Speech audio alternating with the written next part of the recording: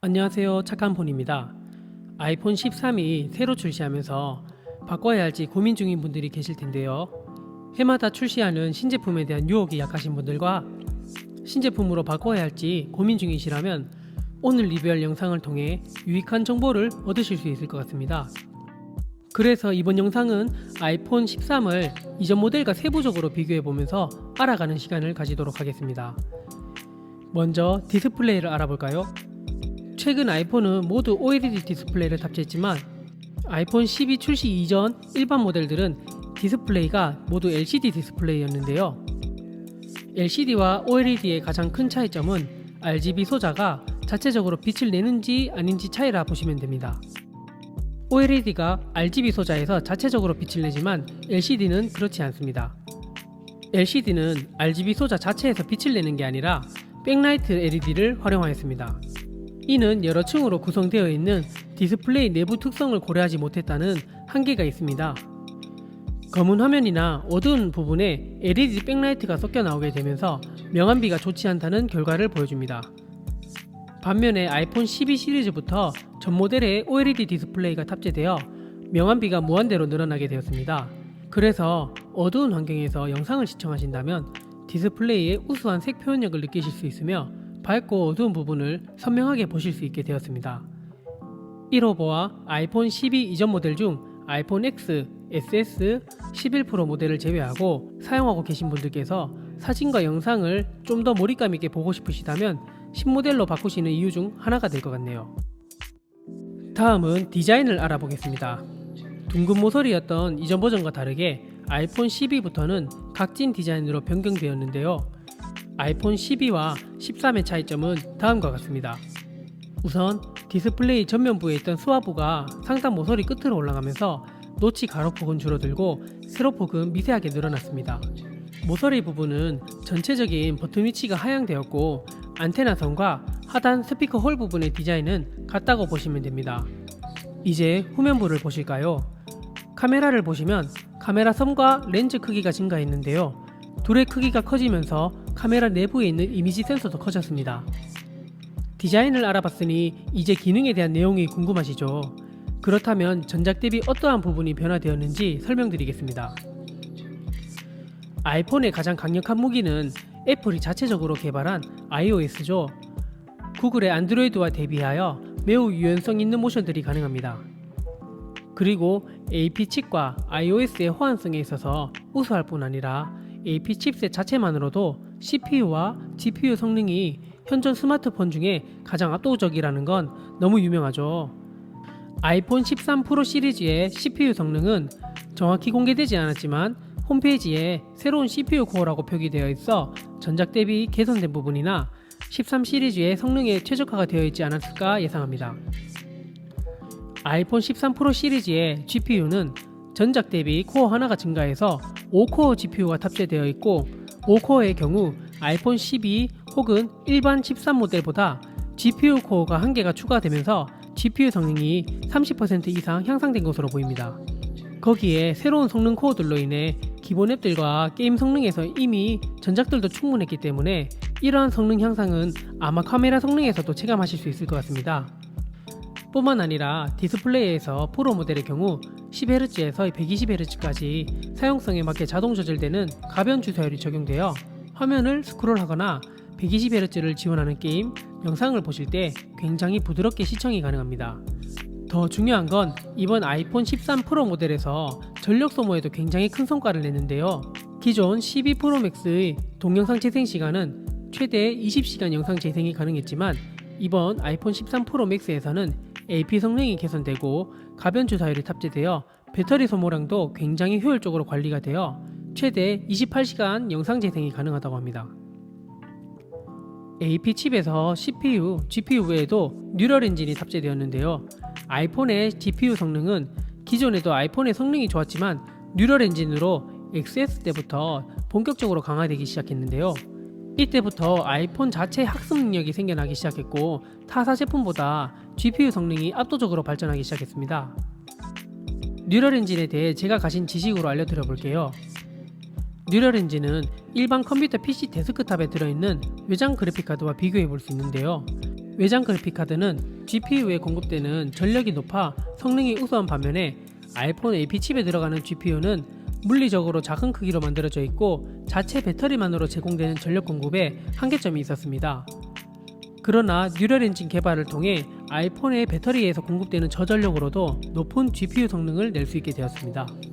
그래서 제 개인적인 생각으로는 아이폰 XS 제품부터 사용하시는 분들은 램이 부족하지만 않다면 속도나 자체 AP 성능이 떨어진다는 이유로 휴대폰을 바꾸시는 분들은 안 계실 거예요. 물론 이전 시리즈도 다 좋았지만 XS부터는 속도가 굉장히 빨라졌다고 보시면 됩니다. 이 때문에 아이폰 13 전작인 아이폰 12 시리즈로도 현존하는 대부분의 3D 게임을 쾌적한 속도로 즐기실 수 있을 거예요. 램을 알아볼까요? 램의 역할이라고 하면 단기 기억 장치라고 보시면 됩니다. 실제로 파일을 다운받아서 저장하는 게 아니라 영상을 스트리밍한다고 이해하시면 좋을 것 같아요. 예를 들어 램 4기가는 앱 10개를 실행해도 리프레시가 되지 않는다면 6기가 램은 15개까지 실행하시더라도 리프레시가 되지 않는다고 생각하시면 좋을 것 같아요. 만약 RPG 게임을 하시는 분들이라면 보스 타임이라고 해서 보스 몬스터를 잡을 때 수많은 유저들이 모이겠죠. 그때 4GB 램이 동시 표현 가능한 유저 수가 50명이라면 6GB 램은 100명에서 150명의 유저를 표시할 수 있다고 생각하시면 될 것 같아요. 만약 램 한계치를 초과해서 유저들이 모인다면 게임이 갑자기 리프레시 되면서 강제 종료되어 그날 하루 보스는 못 잡으실 수도 있다 생각하셔야 합니다. 아이폰의 이전 모델들의 램은 화면 아래쪽에 띄어둔 부분을 참고하시면 됩니다. 소프트웨어가 지속적으로 업데이트되고 각종 앱들이 필요한 사양이 높아짐에 따라 램 공간이 부족해지기 전까지는 전화, 카톡, 영상 시청, 간단한 게임 정도는 걱정 안 하셔도 될 것 같습니다. 그리고 삼성 제품들의 8기가, 12기가 램과 애플의 4기가, 6기가 램을 단순히 수치로만 보시게 된다면 애플의 램이 너무 작아 아쉽다고 생각하시는 분들도 계셨을 겁니다. 하지만 여러 비교 영상을 봤지만 구글의 안드로이드와 애플의 iOS라는 소프트웨어 자체가 다르기 때문에 단순히 수치적으로 보면 애플이 부족해 보이지만 각 회사에서 최적화된 램을 탑재했기 때문에 애플의 램이 턱없이 작아 보이지만 너무 큰 걱정은 안 하셔도 될 겁니다. 저도 아이폰 12 프로 맥스를 쓰고 있지만 이번 13 프로 시리즈에서 가장 탐나는 부분인데요. 우선 카메라 사양은 다음과 같습니다. 기존 아이폰 12 프로는 2배 망원, 12 프로 맥스는 2.5배 망원, 이번 13 프로에서는 3배 망원 줌입니다. 조리개 값이 낮을수록 조리개가 덜 조여져 렌즈로 들어오는 빛의 양이 많아 보다 밝은 사진이 나오는 부분도 이 원리입니다. 하지만 이번 아이폰 13 프로 맥스의 망원 렌즈 조리개 값이 기존 12 프로 맥스의 f2.2 조리개 값보다 높아져서 어두워져 있지 않을까 걱정되는 분들도 계실 텐데요. 그만큼 이번 아이폰 13 프로에서는 망원 렌즈의 이미지 센서도 커졌기 때문에 조리개 값을 높여도 영상이 어둡지 않게 잘 나오는 것을 보실 수 있을 겁니다. 카메라에 대해 좀 더 깊게 들어가 보면 앞서 말씀드린 것처럼 카메라 렌즈 크기가 커지고 카메라 내부 이미지 센서가 커졌기 때문에 같은 1200만 화소로 촬영되더라도 화소의 각 픽셀들이 받아들이는 빛의 양이 보다 넓어진 이미지 센서로 인해 더 많은 광량을 받을 수 있게 되어 야간의 저조도 환경이나 명암 차이가 큰 곳에서 큰 효과를 볼 수 있을 겁니다. 아이폰 12 프로 맥스는 다른 12 시리즈들보다 렌즈 크기가 향상되었고 광각 카메라에 커진 이미지 센서, 센서 시프트 방식이 적용되어 기존 휴대폰들의 디지털 손떨림 방지 기능보다 흔들림 없이 안정감 있는 영상 촬영이 가능하게 되었는데요. 이번 아이폰 13 프로는 망원, 광각, 초광각 등 모든 카메라 렌즈 크기가 향상되었고 12 프로 맥스에만 들어가던 센서 시프트 방식 손떨림 보정이 아이폰 13 전 시리즈에 적용되면서 화질이나 화면 흔들림에 아쉬움이 많으셨던 분들이라면 아이폰 12에서 13으로 바꾸시더라도 카메라 성능만으로도 만족감을 얻으실 수 있을 것 같아요. 뿐만 아니라 AP 성능에서 말씀드린 것처럼 AP가 빠를수록 카메라 성능에도 기대해 볼 만합니다. 그 중에 HDR 사진 촬영 기능은 기존에도 있었지만 보다 빠른 촬영이 가능해졌고 동영상 촬영 시 4K HDR 30프레임에서 60프레임까지 가능해졌습니다. 위에 설명드린 AP 성능과 렌즈의 크기, 이미지 센서가 향상되어 전작들보다 기대 이상으로 좋다는 게 제 평가입니다. 카메라에 대해 조금 더 욕심이 있으시다면 다음 영상에서 스마트 HDR, 애플 프로로 그리고 이번 아이폰 13에 들어간 애플 프로레스 기능에 대해 알려드리도록 하겠습니다.